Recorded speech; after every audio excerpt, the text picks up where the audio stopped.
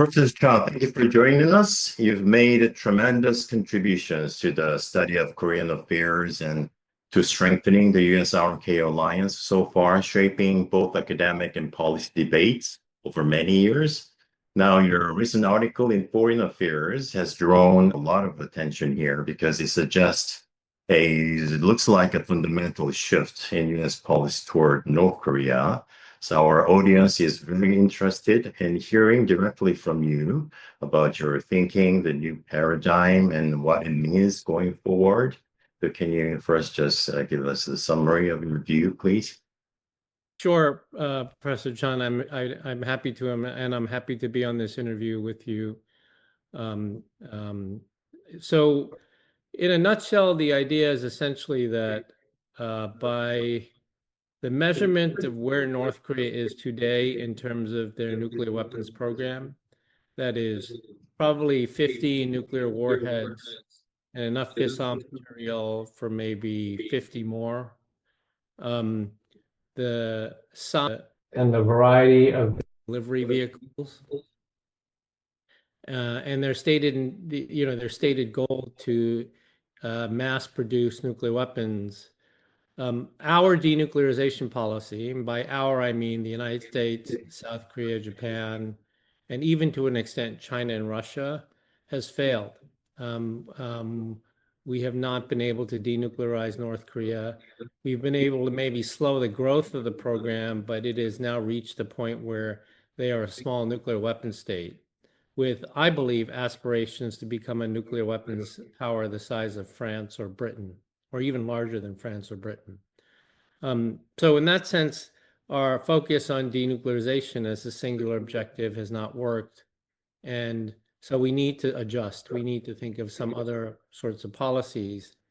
My argument is not to abandon denuclearization, because I don't think the United States should ever abandon denuclearization. But we should not let the goal of denuclearization stand in the way of intermediate steps and negotiations that are designed to reduce the threat to the United States, that is designed to reduce the number of enemies that the United States is dealing with these days, that is designed to prevent the potential for a nuclear crisis and nuclear first use, and that is designed to somehow sever or cut the Russia-North Korea tie. These, to me, are the most immediate threats to the United States from North Korea's nuclear program. And my main point is to focus only on denuclearization at the expense of these other things would be a mistake and would be detrimental to the security of the United States and its allies in the Indo-Pacific. Thinking of the current Trump 2 administration's foreign policy, there's so many issues that United States should deal with right now. So I wonder whether your proposal reflects a realistic adjustment to the current strategic environment, given the crowded set of crises facing the current U.S. administration. It seems you try to offer a way and keep North Korea on the policy agenda rather than letting it be crowded out. So by having more realistic interim proposal, U.S. government may think that North Korea is still on the agenda. Do you think it's a fair way to put it? I think what motivated me to write it at that particular time is that even though North Korea has not been on the mainstream policy agenda for the United States because of Ukraine, because of Iran, because of Gaza, because of Venezuela, and a number of other issues, even though it wasn't in the mainstream, it always has the potential to arise and become a front burner issue, either due to things that North Korea does, like a seventh nuclear test, more long-range testing, or because Trump wants to make it an issue. Because he wants to meet Kim Jong-un. President Trump wants to meet Kim Jong-un again. And so part of the timing of the piece was because it was in the run-up to President Trump's trip to the region, where there might have been a possibility of an encounter with the North Korean leader.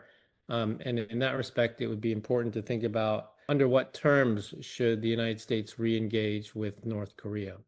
So I agree with the question in the sense that this has not been a top policy agenda item, but it always has the potential to become one suddenly, unexpectedly. And so I don't think that there is a lot of thinking in an organized way happening within the U.S. government today on North Korea because everybody defers to the president because for this is really the president's issue and only he can speak or think about policy on it. So I just tried to think from the outside of a way to reset North Korea policy, reset our objectives, starting with resetting our objectives and then determining what we should be negotiating on going forward. You've been a leading scholar and analyst in Korean affairs. I wonder if this type of, proposal, the interim approach, is widely shared among the U.S. policy community, or is there any possibility, as you said, President Trump will not read, but will think in this way if President Trump has a chance to meet Kim Jong-un? Well, I'm not expecting that President Trump will read the article because I understand he's not big on reading, but perhaps people around him will read it and will talk to him about it. I know that it has been sent to people close to him. Um, so in terms of the Washington, D.C. policy community, it has sparked a good bit of debate and discussion within the DC policy community. I will say that when I wrote the piece in draft form, I sent it to a number of people who were former negotiators on this issue for both Democrat and Republican administrations. And they might have had individual quibbles with one thing or the other thing, but they all generally agreed with the gist of the argument. Thought it was good that somebody was making this argument because I think, in my opinion, I think it's an argument that anybody who has been put in the position of negotiating with North Korea on denuclearization would understand very well. But at the same time, it's taboo to say we should put denuclearization on the side for the moment. And so that's the thing I've been most criticized for is people who don't read the argument basically just have a caricature of it and they say, oh, he's saying accept North Korea as a nuclear weapon state and give up on denuclearization. And people have criticized the article for that. Of course, that's not what I'm saying. If people read the article, what I'm saying is that we should still focus on denuclearization as a long-term goal, but we need to accomplish certain objectives in the meantime for the security interests of the United States and its allies. So yes, it sparked a good deal of discussion. I think for those who have actually negotiated with North Korea, I have not heard a lot of disagreement. But from people outside of that circle, there's been, and people who make generalizations about the argument, there's been criticism. So let me list some details of your proposal then. As far as I read, your proposal is composed of several pillars, such as the defense of the homeland security, which becomes more, harder, thinking of the limit of the GDI, the deterrence by denial, and also the need to open a channel with North Korea, diplomatic channel for the crisis management under the big paradigm of arms control, and also a strengthening U.S., South Korea, Japan trilateral defense system, and possibly driving a wedge strategy among the three countries, Russia, China, and North Korea. All seems very reasonable. The question then is, will North Korea come to the table for the proposal of crisis management with the U.S.? Because North Korea thinks that they are in the best strategic position, maybe after 1945, because in terms of, level of nuclear arms and the level of support from Russia and the recovering of trade with China, even though there was a big problem of North Korean economy. But in their constitution, they explicitly stated that they should be recognized as a legal nuclear weapon state, which is a presupposition for the opening a negotiation with the United States. So it seems really reasonable and ideal that we should open a channel for crisis management uh, for any possible nuclear war. Is there any policy means of leverage for the states to make North Korea to come to the table? Well, I mean, it's important to remember that when we led with denuclearization, um, we would not allow ourselves to have a conversation about crisis management with North Korea. We would not allow ourselves to have a conversation about preventing crisis escalation to the nuclear level. Largely because if we did that, we would fall into this rabbit hole of being basically accepting North Korea as a nuclear weapon state. And so we would not have that conversation. But the reality today is they have 50 nuclear weapons with delivery systems, if not more. And so the chance, and they have explicitly disavowed a no first use doctrine, following Russia's lead. And so the danger of nuclear escalation is real. I mean, in the early 1990s, when they had maybe one or two crude bombs, it wasn't real. But the danger of nuclear escalation is real now. And so it is only responsible to have some sort of conversation with them about managing nuclear escalation, about nuclear deterrence. Um, that seems to be the very pragmatic and practical thing to do, while at the same time still saying our goal is denuclearization. Um, and I think what my article was trying to say is that we don't have to accept North Korea as a nuclear weapon state, um, and we can still have negotiation dialogue with them on the issues having to do with two countries um, contending with each other that both have nuclear weapons. Why would North Korea be interested in any sort of conversation of this nature? I think there are two reasons.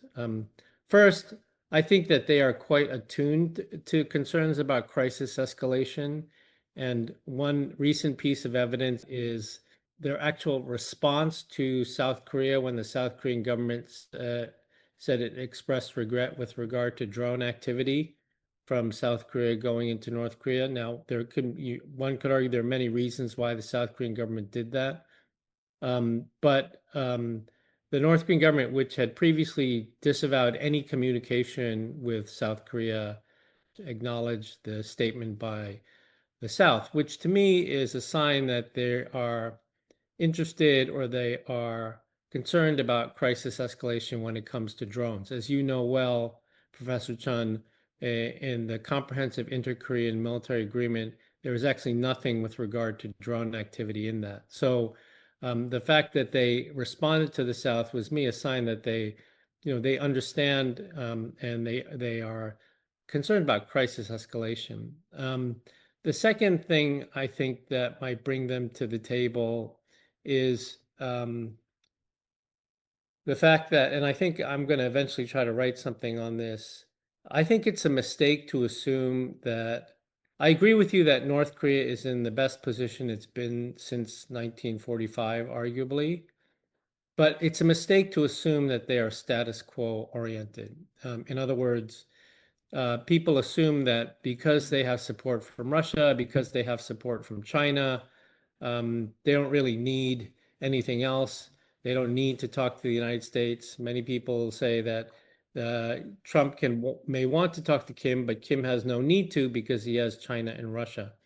And that is assuming a status quo mindset on the part of North Korea. But I don't think their mindset is status quo. I think their mindset is revisionist, and they will always try to do more. And so that might be another reason they'd actually be willing to come to the table with the United States, because they know that Donald Trump says many things. On the one hand, he may say denuclearization. On the other hand, he may say Kim has nuclear weapons. He's a nuclear power. And so I think from a North Korean perspective, um, re-entering a negotiation with the United States, would be for the purpose of trying to get de facto recognition as a nuclear weapon state. Again, that is one of their goals. And if they're revisionist oriented and they see an opportunity because they see a U.S. president that wants to meet, um, that doesn't really um, focus on denuclearization the way previous presidents have, they may see an opportunity there. And so I think, so I think there are different types of reasons why North Korea might be willing to come back to the table. Again, the general view is they have Russia, they have China. The last time they met with Trump, it was a disaster. Why would they want to meet again? But it's precisely because Kim is in a much stronger position now, and that he's not status quo oriented. He might see an opportunity to meet with Trump, make some sort of meaningless agreement, and be able to walk away saying that I met with the U.S. president and they've accepted me as a nuclear weapon state.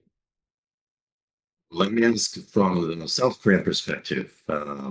Even though there is a good discussion between U.S. and North Korea, first there is a worry in South Korea that South Korea might be sidelined in that discussion because North Korea doesn't want to deal with South Korea these days. The theorem of hostile two-nation states, so they want to be recognized as a nation state, meaning that South Korea is a foreign country, a very hostile foreign country.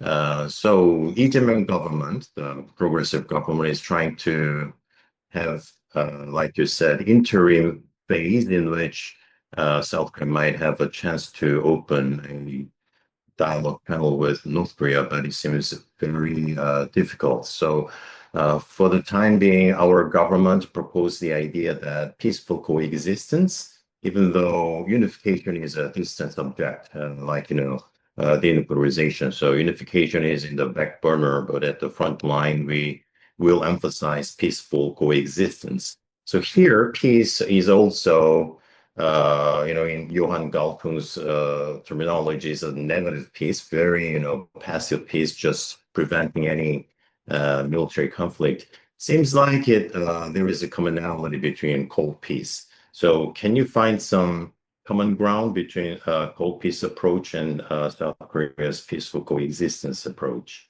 And I think so. I mean, I think there could be some parallels there. I do think that North Korea's goal, as your question suggests, is really to free South Korea out.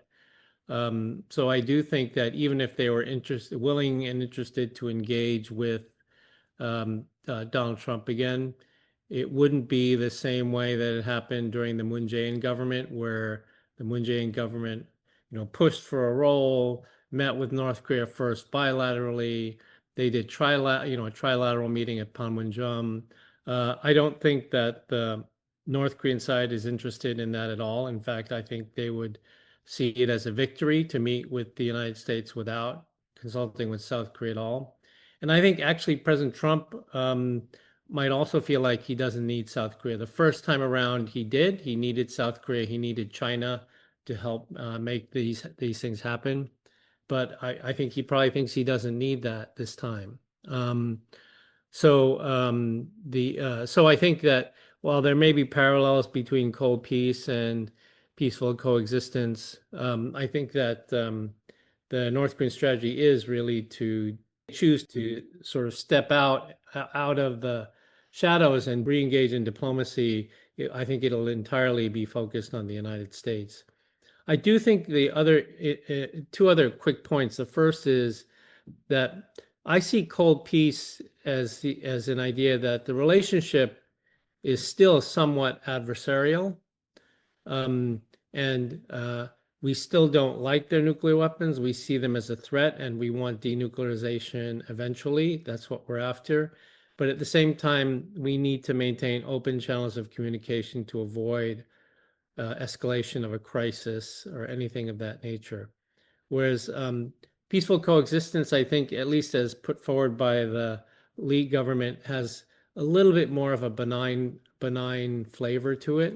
I'm not saying that cold peace is maligned, but I think it is what it is. It's a cold peace between two enemies that are basically trying to ensure that there is no miscalculation or escalation. The second point I would make is that while I think North Korea's goal is, part of their goal is to freeze out South Korea in any sort of conversation with the United States, I think China's role is actually different than it was in the first Trump administration. I think in the first Trump administration, China looked with trepidation on the U.S. North Korea meetings, summits. As you know well, prior to Trump's announcement that he would meet Kim in Singapore, Xi Jinping refused to meet with Kim Jong-un. But after Trump announced he would meet with Kim Jong-un, Xi Jinping met with Kim Jong-un 5 or 6 times, something along that lines. And then when the last summit failed in Hanoi, Xi Jinping really stopped meeting with Kim Jong-un. So earlier this year, when Kim Jong-un and Xi Jinping met both in China and in North Korea, this was really the first set of meetings since Hanoi. So I think traditionally China looks with trepidation on any time the US and North Korea meet. But I actually think the constellation of forces today make it such that China might actually welcome and might actually try to facilitate a US North Korea meeting, um, in large part because if they were able to help facilitate a meeting or at least convey to Kim Jong-un that Trump wants to meet, and the meeting takes place, China would tell Trump he did a big favor for them, and that they would want something in return. Also, and perhaps more importantly, I think that China would be in favor of the U.S. and North Korea meeting today because anything that can distract or dilute the relationship between Kim and Putin would be, I think, seen by China as a good thing right now. So I think both the Chinese and North Korean positions in a potential U.S. North Korea meeting have changed quite a bit from the first Trump administration. I think the kind of point is something that we have to think more. That's a very good point. Next question is about the military component of the Cold Peace paradigm. There are some, analysts in South Korea that you mentioned some USFK, changes in a more efficient way. So I agree with you that by having more, robust deterrence against North Korea to protect U.S. mainland by having, more deterrence by denial or by retaliation, there's less chance for decoupling between U.S. and ROK. So that's a good thing. But it might have some maybe misunderstood signal in South Korea that in the assurance game, there might be some less commitment from US to South Korea. You mentioned about kill chain element, reduction of USFK in a more, effective way by using new technology. So can you do something to, reassure US commitment in this cold peace paradigm? So I think that the United States, certainly under the Trump administration, and we've heard Secretary Hegseth say this a number of times, really is seeing South Korea shifting the majority of the burden of defense of the Korean Peninsula to South Korea. That is certainly the track that this current administration is on. And so I think that the cold peace idea, I think it assumes that that is the way that the United States is looking at it. But at the same time tries to do two things. One is to avoid any sort of threat of preemptive action that could trigger North Korea preemptive action, right? So any threat of South Korean preemptive action that could then trigger North Korean preemptive action. And the North Korean preemptive action, at least according to what they say, may not be conventional. It could be nuclear. In a sort of use it or lose it scenario. So in that sense, I think, as you said, that there are ways to shore up deterrence that do not necessarily focus on kill chain or decapitation, which I think potentially, objectively speaking, I know are quite potentially destabilizing on the peninsula. I certainly understand why South Korea the South Korean government may like kill chain and decapitation strikes to try to reinforce deterrence, to show massive action. But they've also said it's not retaliation, it could be preemptive. And so I think that's sort of the danger of escalation. You can certainly talk about decapitation strikes and massive punishment in the form of retaliation, which is stabilizing, right? That is stabilizing for deterrence. The other thing is, I think that it's certainly entirely possible that the U.S. presence on the ground, traditional ground troop presence on the Korean Peninsula could change with the potential for OPCON transition happening, and with the U.S. focus on Taiwan contingency in particular, which could mean more air and naval on the Korean Peninsula and less ground troops. But I think I say in the article that there still needs to be some sort of tripwire presence by the United States, because the tripwire presence is still very much a part of the credibility of deterrence and nuclear deterrence. So, the United States should be enhancing capabilities of South Korea, enhancing trilateral capabilities with Japan and South Korea. It should be maintaining at least a tripwire presence, even if it changes the composition of ground troops on the peninsula and moves more to an air and naval force. And at least in my opinion, they should be working with South Korea more on deterrence by denial, massive retaliation, rather than focusing on preemptive strikes or preemptive decapitation.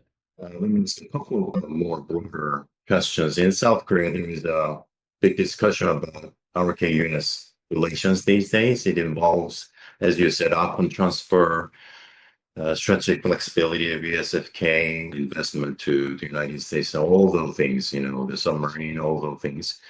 So, as you reviewed the relations for many decades, how do you assess the current status of U.S. ROK, strategic consultation on not just North Korea, on general things, the status of the alliance? So, are we having sufficiently deep and candid discussions about how to deal with these new challenges?